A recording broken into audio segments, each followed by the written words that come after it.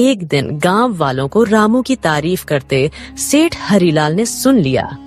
यह सब देख हरिलाल को जलन होने लगी। ये सब दिखावा है। कोई इतना अमीर अचानक कैसे हो सकता है? जरूर इसके पीछे कोई बड़ा राज है। अगर यह ऐसे ही अमीर होता रहा तो गांव में मेरी इज्जत तो मिट्टी में मिल जाएगी। अबे कालू सुन, तू जरा रामू पर नजर रख और पता कर कि इसके पास दौलत आने का असली राज क्या है। उसी दिन से सेठ का नौकर रामू पर नजर रखने लगा।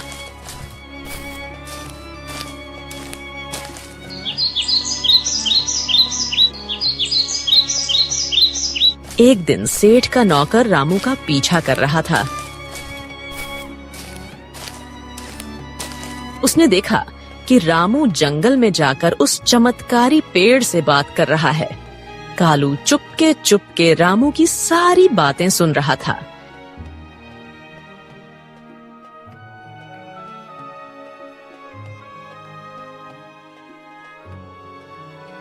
सेठ जी, मैंने सब देख लिया, सब पता कर लिया।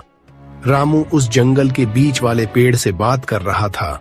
उसने उस पेड़ का फल खाया है, जिसकी वजह से उसकी गरीबी दूर हुई और वह अमीर बन गया। क्या सच में?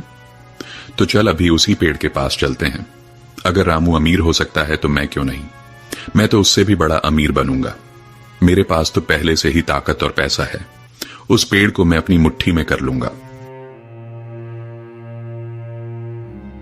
सेठ लालच में आकर तुरंत अपने नौकर के साथ जंगल की ओर निकल गया। पर उसे क्या पता था, आज यह लालच उसे ले डूबेगी। वो लोग पेड़ के पास पहुंचे और फल तोड़ने की कोशिश करते हैं, पर एक भी फल उनसे नहीं टूटता। सेठ गुस्से में आकर पेड़ से कहता है, ओ पेड़, सुना है तूने रामू को फल देकर अमीर बनाया है। अब मुझे भी अपने फल दे, जल्दी कर। मैं इस पूरे गांव का सबसे बड़ा आदमी हूं। अब मैं और भी शक्तिशाली बनना चाहता हूं। सेठ, तू लालची है, अहंकारी है और बेईमान है।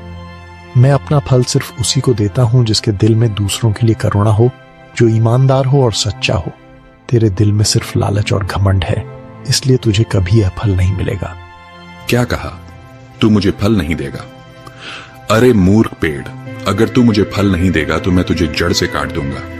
तेरे जैसे 1000 पेड़ मैं खरीद सकता हूं मैं। अब तू देख, तुझे काट कर मैं तेरे सारे फल ले लूंगा।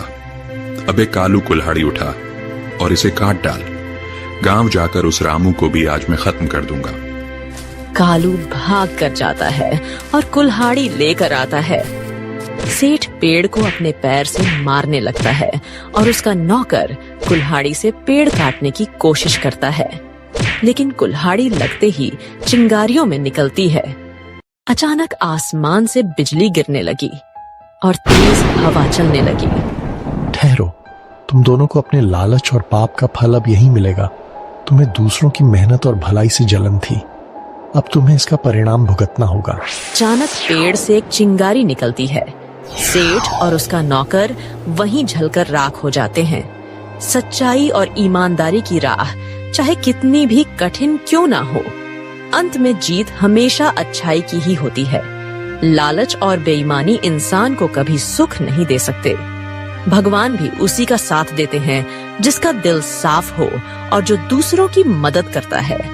इसीलिए हमें हमेशा नेक रास्ते पर चलना चाहिए।